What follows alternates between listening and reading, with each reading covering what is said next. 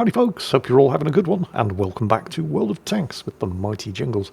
Two battles for you today, because they are both kind of short, although that's kind of the norm these days, and is entirely by design. It's just the nature of free-to-play games.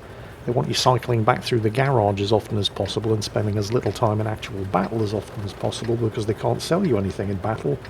All of those enticements to spend money are in the garage. It's just the nature of free-to-play games. I'm not judging it. The developers have to make a living somehow, but that's the reason why World of Tanks battles rarely last longer than 10 minutes anyway. Anyway, Zin of Jim here in the ELC AMX, and he's on the Paris map, appropriately enough. City maps traditionally, not great maps for light tanks. The earlier city maps in particular were terrible, with virtually no cover. Yes, Himmelsdorf, we're looking at you. Hence, not so bad. Paris, not that bad either. Nothing spotted from the first push, so Zin is going to get a little bit aggressive here. And there's the enemy ELC, and I have to admit, he's getting way more aggressive than I would have under these circumstances. But he gets away with it because the enemy ELC misses, he doesn't. And despite being spotted, no crossfire coming from the other side of the open ground over there. Now that doesn't mean that there isn't anybody over there. There is. It just means that they couldn't swing their guns around fast enough to target him. And even though there's nobody been spotted over there yet, you can hear them shooting at him. And thankfully, missing. Now this is a great shot. And it's a shot that seems to have severely rustled the jimmies of the enemy ELC, because he's about to also throw caution to the wind. The thing is, Zin's teammates are paying attention. This, by the way, is the École Militaire, which is at the other end of the Champ de Mars from the Eiffel Tower. It's been compressed, obviously, to fit into a map here in World of Tanks, but this is actually a military training college. Seems kind of appropriate, given what's happening on the map. It was built in 1750 by King Louis XV. Well, he didn't build it, obviously. I mean, he was the king. He's not going to get his hands dirty lifting bricks around, but he commissioned it. Right, nothing further seen on the other side of the Champ de Mars, but there are some targets over here. Now, the thing you have to remember about the ELC is it technically doesn't have a turret. Oh, we missed that shot. That's a shame. I mean, it does have a turret, but it doesn't rotate 360 degrees. It's got a very, very limited frontal firing arc, which means you have to kind of plan your shots quite carefully in this thing.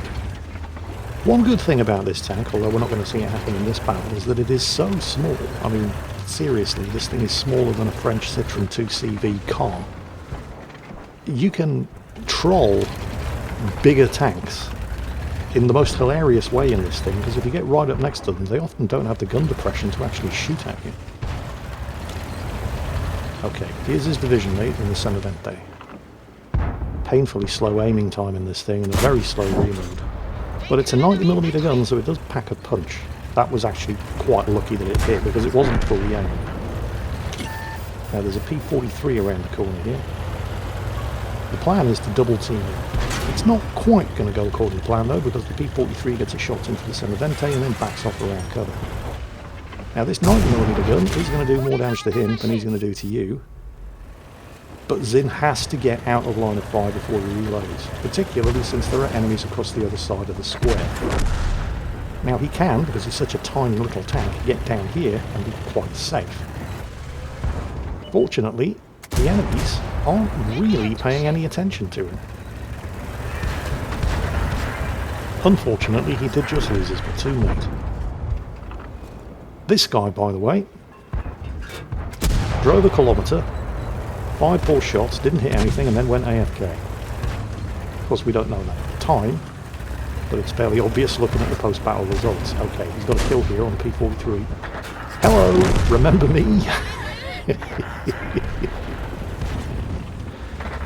And the Wolverine's still sitting there. I mean, when he put his first shot into him, his tracks had been blown off, so he couldn't move, but he's clearly AFK because his tracks weren't blown off, and he's still just sitting there in the same spot where he was getting pounded on.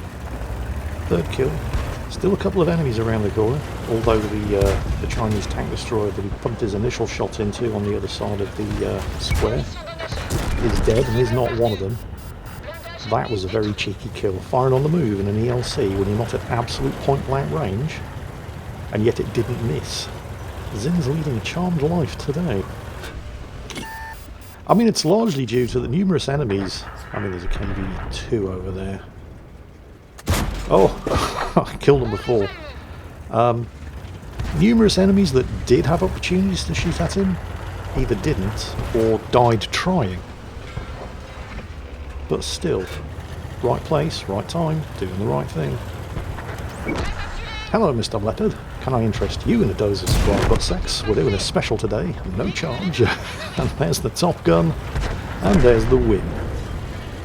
I think, and hopefully you'll all agree and indulge him, that given his result on this particular battle, he's more than earned the right to show off a little bit at the end, getting himself an ace tanker in the AMX ELC here on the Paris map. I mean, fair enough, looking at the post-battle results screen where we can quite clearly see that an entire third of the enemy team did 0 damage.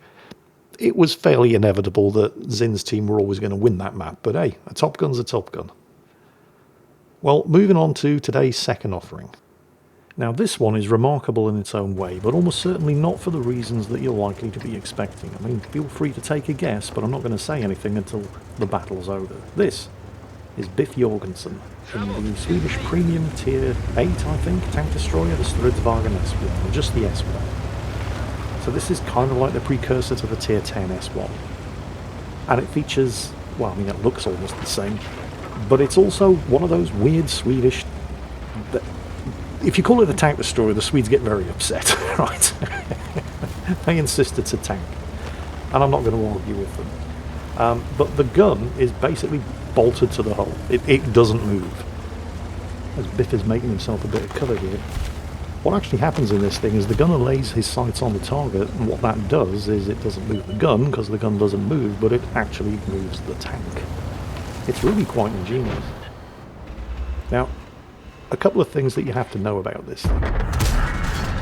First, its armour is terrible. It relies on armour angling and the auto-bounce mechanics to keep it safe. But that only works against calibers of ammunition being fired at you at 90mm or less. Anything bigger than that will simply overmatch your armour as if it wasn't even there. The other thing, which Biff is demonstrating, is the siege mode mechanics.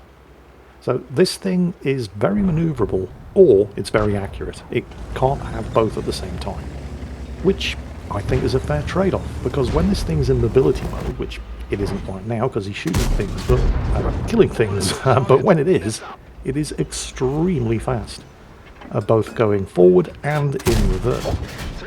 But it couldn't hit the side of a barn from the inside. When you've activated siege mode, it has the mobility of a brick that makes a second kill. But it is extremely accurate. And just as I extol the virtues of the accuracy of this gun, Biff goes and misses. God damn it. Anyway. Also, this 105mm gun. Oh, there we go. That's the accuracy I'm talking about. It comes with APCR ammunition as standard, which has amazingly good penetration for a tier 8 tank of any description, 288mm, which means that while it's usually a good idea to take some gold ammo with 330mm of penetration just in case you get up tiered and you need it, you rarely actually need it. 288mm combined with this kind of accuracy should be enough for anyone. There's a Scorpion over there, and it's the tier 8 Scorpion, so it's actually dangerous, unlike the tier 6 Scorpion, which isn't. General lack of targets over here though, so he engages mobility mode in order to reposition. Don't get me wrong, the mobility mode on this thing is good. I mean, you can see he's not slow, is he? But it's not as good as on the tier 9 or the tier 10, thanks to the not particularly great ground resistance on the tracks, which means that the mobility isn't quite as good as the excellent horsepower per ton ratio might suggest. Oh, we missed another shot. What's going on, Biff? Come on, you're letting the side down. He's not going to miss that one. Nope. Go on, KV2. Get into cover. No, that's... okay. Fine. We'll take it. Oh dear. Castle in the way. Who put that castle there? Where did that castle come from? I swear that road looked clear a second ago. Oh, there's another one. Did you not just see what happened to the KV2? Why would you do that? Oh crap, he's been spotted. And before he can engage mobility mode and get down out of line of sight, he's hit. And he's hit by the Chimera, which has a 120mm gun. Should have overmatched, but by some miracle, his tracks ate it. By rights, that should have left him at a massive disadvantage. That should have been 440 average damage. This thing only has 1,000 to begin with. Potential victim on the other side of this rise, though. Engages mobility, well, not mobility, disengages mobility mode, so he can actually hit him. Takes out the Scorpion. Got spotted, mobility mode, back up, and... probably wasn't expecting to get shot from over there, but anything you can do, we can do better. Anybody figured out yet what it is about Biff that's remarkable in this battle? I mean, I haven't given you any clues, so I'd be amazed if anybody's actually guessed it yet. Don't worry, all will be revealed at the end of the battle. Another good shot. This has got to be a kill. Not quite. Just couldn't quite reload in time. There's only 4 enemies left. Most of them are artillery. He's already got his top gun. There's kill number 7. He's done more than 3,500 damage. Still in siege mode. Hoping for his teammates up ahead to spot the last couple of enemies. Maybe get himself a Radley Walters. He wants to be sure that he can fire and hit as quickly as possible. There it is. There's the Radley Walters medal.